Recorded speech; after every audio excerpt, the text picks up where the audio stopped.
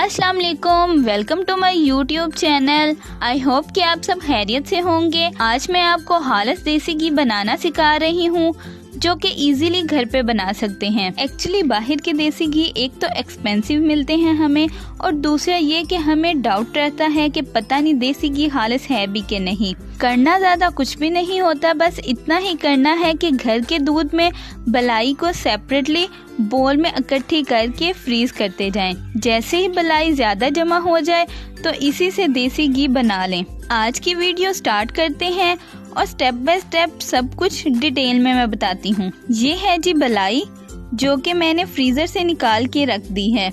ये बलाई मैक्सिमम 1 माह की जमा की हुई है। मैं ये ऐसे जमा करती रही हूँ कि दूध को मैं बॉईल कर लेती थी और उसके बाद जैसे ही दूध ठंडा होता था तो मैं दूध के ऊपर से सारी बलाई बोल में निकाल के फ्रीज कर देती थी। ये सारी बलाई मैंने फ्रीजर से निकाल के रख ली है। ये फिलहाल फुल जमी हुई है। जैसे ही बलाई थोड़ी सारी नरम होगी तो मैं आपको नेक्स्ट स्टेप बताऊंगी। अच्छा जी, बलाई हो चुकी है नरम। अब मैं सारी बलाई के बोल को पतीले में डाल रही हूँ और इसे मैं लगा रही हूँ जाग लगाने के लिए मैं डाल रही हूँ 3 बड़े चम्मच दही के,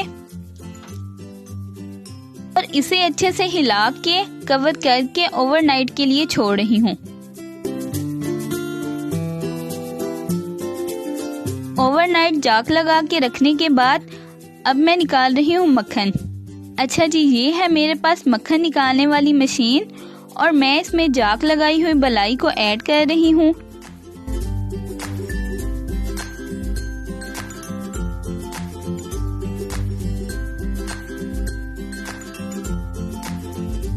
ये मैंने लिया है बर्फ का ठंडा पानी और ये भी मैं इसमें ऐड कर रही हूँ। एक्चुअली पानी की कोई क्वांटिटी नहीं है, अंदाजे से ही डाल लें। जितनी बलाई है उतना ही पानी डाल लें। अब मैंने इसके ऊपर रख के मशीन को ऑन कर दिया है। 5 मिनट मशीन को चलाना है और 5 मिनट के बाद मक्खन निकल आएगा। ये देखें जी, 5 मिनट के बाद मक्खन निकल चुका है। मैं मक्खन को एक पतीले में डाल रही हूँ। जैसा कि आप देख रहे हैं कि मैंने इस पतीले में बर्फ का एक बड़ा सा पीस पहले से रखा हुआ है। इसी तरह मैं सारी बलाई को मशीन में डाल के मक्खन निकाल लेती हूँ और पतीले में भी डालती रहूंगी जिसमें मैंने बर्फ का पीस रखा है। अगर आपके घर में ये मक्खन निकालने वाली मशीन नहीं है तो कोई मसला नहीं है, आप सिंपली जूसर में भी मक्खन निकाल सकते हैं, सेम इसी प्रोसीजर से। पर जूसर सिर्फ 2 मिनट ही चलाने से मक्खन निकल आएगा।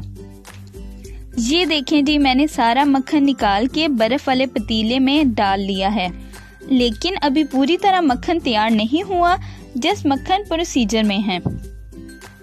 अच्छा, अब मैं इस बर्फ वाले पानी से मक्खन को लेके हाथों से स्क्वीज कर रही हूँ ताकि पानी अच्छे से निकल जाए।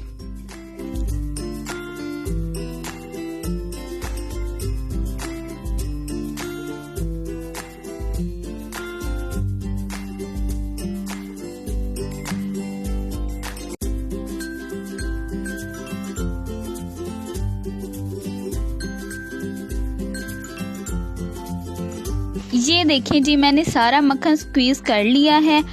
अच्छा, हाथों से स्क्वीज करने के बाद मैं इस मक्खन को 1 घंटे के लिए छोड़ रही हूँ ताकि जो थोड़ा बहुत पानी है वो भी निकल जाए। 1 घंटे के बाद मक्खन को डाल रही हूँ पतीले में और चूल्हा मैंने कर दिया है ऑन। देसी घी बनाने का प्रोसीजर स्टार्ट हो चुका है।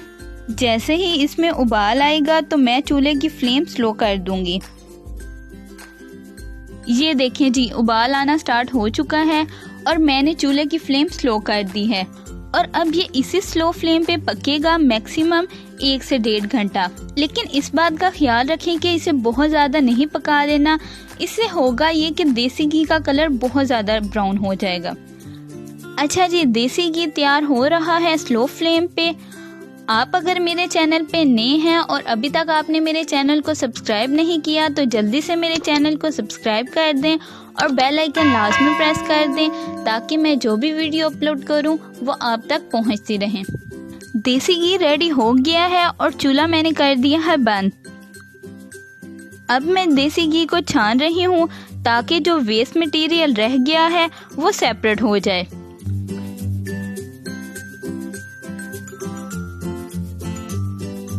वेस्ट मटेरियल सेपरेट करने के बाद मैं इसे डाल रही हूँ मिनी बकेट में, जो कि मैंने स्पेशली देसी घी के लिए रखी है।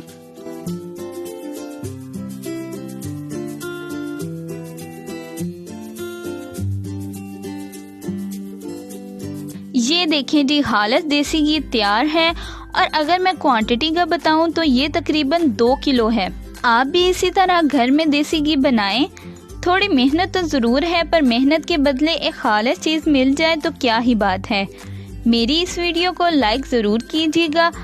इंशाल्लाह फिर मिलेंगे एक यूनिक सी रेसिपी के साथ। तब तक के लिए अल्लाह हाफिज़।